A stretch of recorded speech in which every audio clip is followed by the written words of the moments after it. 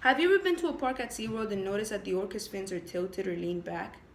This is because of the lack of space these orcas suffer while in these parks. SeaWorld and other parks like it have been known to have kept orcas for over 4 decades and other oceanic animals, harming and killing them. These orcas are wild animals and are not meant to be domesticated in parks like these. The size of the tanks that they keep them in being the number one issue.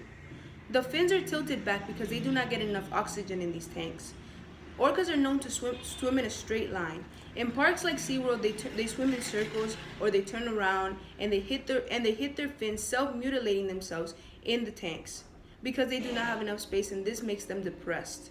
Orcas have been known to be suffering from mental illness from being kept in captivity for over decades. This has not been stopped. Documentaries like Blackfish have recorded orcas self-mutilating. They have explained why they self-mutilate. They have also explained that the lack of space they keep in these tanks is inhumane and should be stopped immediately. Orcas should not be kept anywhere but the ocean where they are meant to be. Another thing the orcas lose in these parks are family connections. Orcas are family-oriented animals. They travel in packs in the ocean and they never leave their family. Orcas, you will never see an orca in the ocean alone by itself because they are not meant to be alone.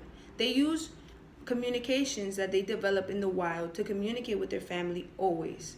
In parks like SeaWorld where they are domesticated, they either forget how to do this or they never learn. This is due to the fact that in SeaWorld they are not put in tanks with other orcas, maybe one or two when they are being bred.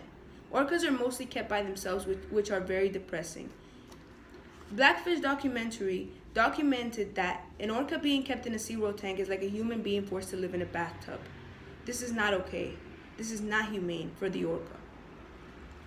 Orcas in SeaWorld become so depressed that they forget after they've been released that they are in the ocean, and they eventually die.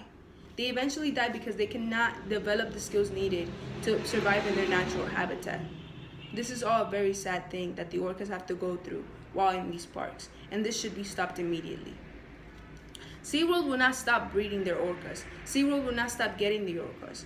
After wildlife prevention community got in SeaWorld and other parks like it for collecting orcas in the ocean at an astronomically high rate, SeaWorld started breeding the orcas they already have in the parks. So they would force the orcas in tanks in very small spaces together so they would breed and make new ones. The babies are then fed by the instructions in the park, being that they never learn how to hunt for their food and they never learn how to survive in the wild. If any of these orcas that are being bred in these parks are to be let go into the ocean, they would not know how to survive. They are domesticating a wild animal and they are torturing these wild animals. They are giving them mental health issues. They are giving them depression and they are giving them a shorter lifespan. Orcas in the wild are known to live up to 40-something years. Orcas in SeaWorld only live up to 20-something years.